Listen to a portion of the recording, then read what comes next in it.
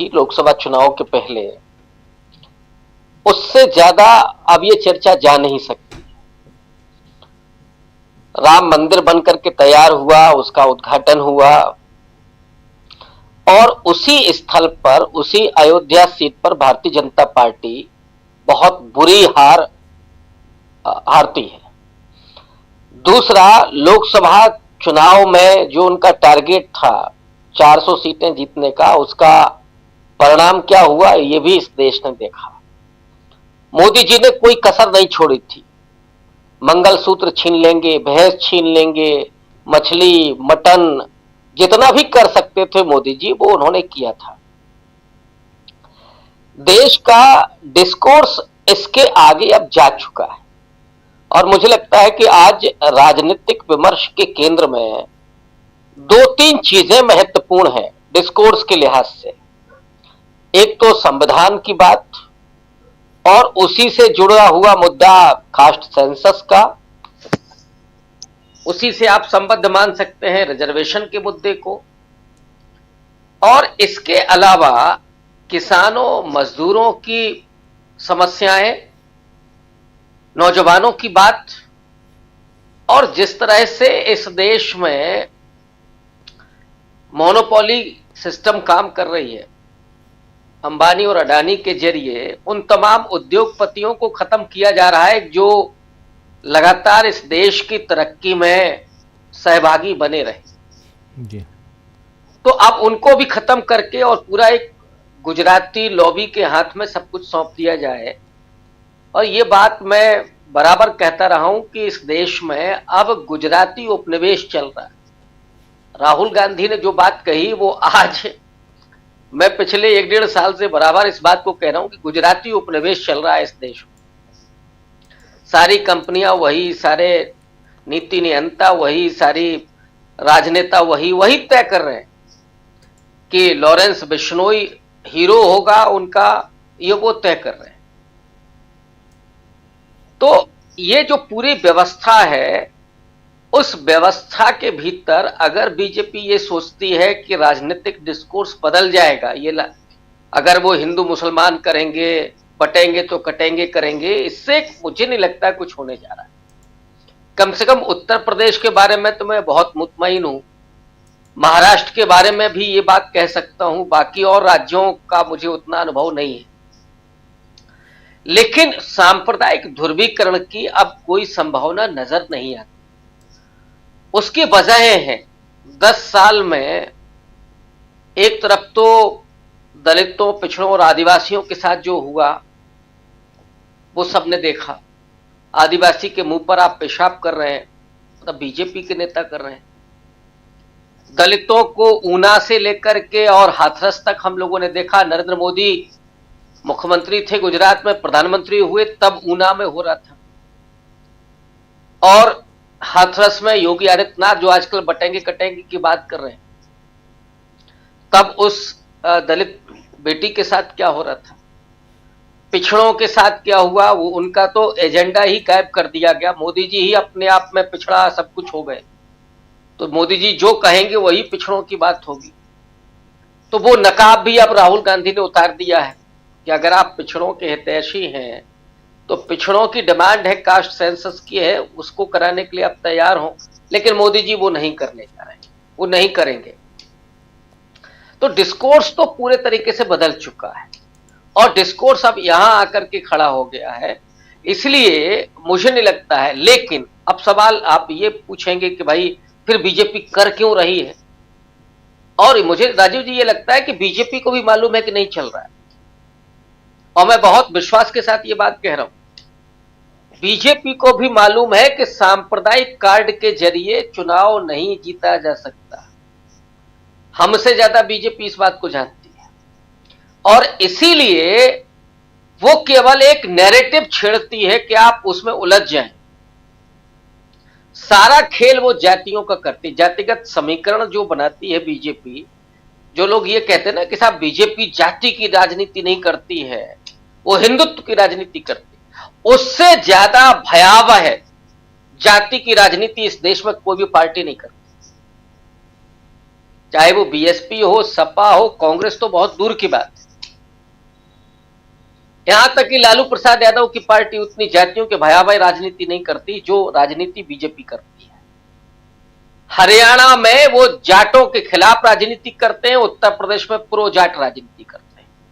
हरियाणा में प्रो यादव राजनीति करते हैं, उत्तर प्रदेश और बिहार में एंटी यादव पॉलिटिक्स करते हैं। आप समझ सकते हैं बीजेपी को।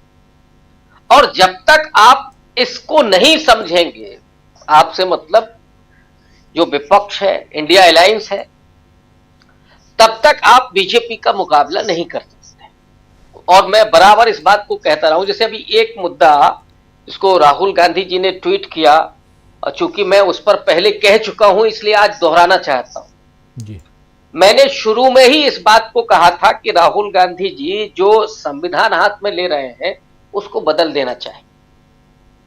यहां तक कि मैं स्वीकार कर लेता हूं आपके यहां कि राहुल गांधी के कुछ जो सलाहकार मंडली है, मैंने उसको भी ये मैसेज किया था।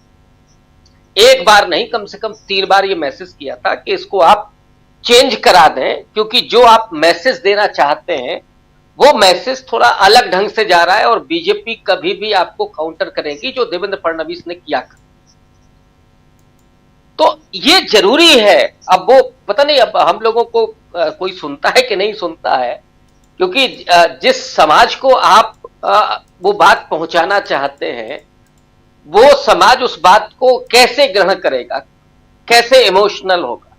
राजनीति में इमोशंस भी बहुत मायने रखते हैं, एजेंडा भी बहुत मायने रखता है, राजनीति में जातिगत समीकरण बहुत मायने रखते हैं। तो आपको हर स्तर पर बीजेपी का मुकाबला करना पड़ेगा, क्योंकि इस तरह की धूर्तता की राजनीति, अगर हम ये सोचते हैं कि साहब 90 के दशक के पहले की राजनीति इस देश में हो रही है, तो हम लोगों की ये एक तरह से कहे कि अज्ञानता है, ये भूल है कि हम ये मान लें कि थोड़ा ईमानदारी से और नेताओं में कोई सिद्धांत है। बीजेपी के किसी नेता में आपको कोई सिद्धांत मिलेगा? चुनाव आयोग जिस तरह से घुटनों के बल बैठा है, आका क्या करना है हुक्म दीजिए, ऐसा चुनाव आयोग कभी आपने देखा? और मीडिया क्या कर रहा है? थोड़ा बहुत दाएं बाएं कभी भी होता था, तब भी होता था, लेकिन कभी इस तरह से नहीं होता था कि यहां तो 100% 10, 15, 20% तक तो हम मान सकते हैं कि साहब आजादी के आंदोलन में भी हो रहा था जी। डॉक्टर अंबेडकर के साथ जो हो रहा था उस समय की मीडिया भी वही काम कर रही थी, लेकिन कभी यह नहीं होता था कि साहब 100%। और जो राजा रजवाड़े, अब इससे एक बात तो बहुत स्पष्ट होती है कि बीजेपी को किससे मोहब्बत है। बीजेपी को पूंजीपतियों से मोहब्बत है, राजा रजवाड़ों से मोहब्बत है। इनको ना किसानों से मतलब है, ना मजदूरों से कोई लेना देना है। और जिस मनुस्मृति की बात राहुल गांधी कर रहे हैं, और राजीव जी मैं इस बात को बराबर कहता रहा हूं कि आज की राजनीति में, पूरे देश की राजनीति में राहुल गांधी से ज्यादा कोई बौद्धिक राजनेता नहीं। और बौद्धिक राजनेता की कुछ अच्छाइयां तो कुछ समस्याएं भी होती। अब जिस तरह से वो बात करो, जिस ईमानदारी से, और मैं इसीलिए कल जो उन्होंने बुद्ध की बात की तो मुझे अचानक ये याद आया कि राहुल गांधी बहुत कुछ बुद्ध के करीब दिखाई पड़ते आचरण में। और इधर तो लोगों ने नरेंद्र मोदी को बना दिया था कि साहब देखिए पत्नी को छोड़ दिया इसलिए बुद्ध हो गए। पत्नी को छोड़ने से कोई बुद्ध नहीं होता है। बुद्ध होता है ज्ञान हासिल करने के लिए, बुद्ध होता है राजपाट छोड़ने के लिए, बुद्ध बनता है लोगों के कल्याण के लिए, बुद्ध बनता है जो दुर्व्यवस्था है उसको दूर करने के लिए। तो आचरण में राहुल गांधी ज्यादा नजदीक दिखाई पड़ते हैं, और इसलिए वो उस बात को समझ भी रहे जब ये कह रहे हैं कि संविधान में हजारों साल की परंपरा है, बुद्ध के भी विचार उसमें शामिल हैं, बसवन्ना से लेकर के और आप चले आइए अंबेडकर तक, ज्योतिबा फूले, बाबा साहब अंबेडकर, नेहरू, गांधी, पटेल, इन सब के विचार उसमें शामिल हैं।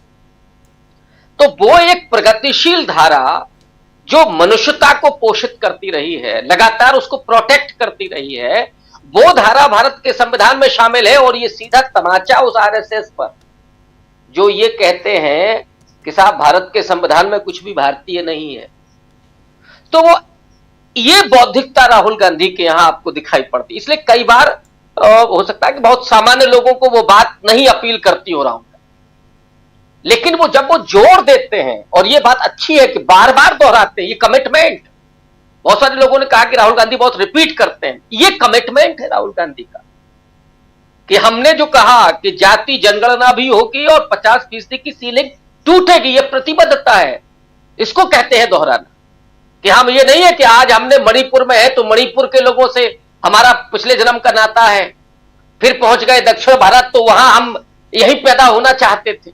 ये राहुल गांधी ने कभी नहीं कहा। मणिपुर नहीं पहुंचा। नहीं, मैं उदाहरण दे रहा हूं। जी राजीव जी, ये हो जाए, आपको ये हो जाए। हाँ, हम चाहते हैं। और कल जब मोदी जी ने ट्वीट किया ट्रंप साहब को लेकर के, दिल में जो कसक थी कि काश मोदी जी ने ये ट्वीट मणिपुर के लोगों के लिए कर दिया होता। मोदी जी, ट्रंप के जीतने का ऐलान नहीं हुआ था, तो प्रतिबद्धता वही है।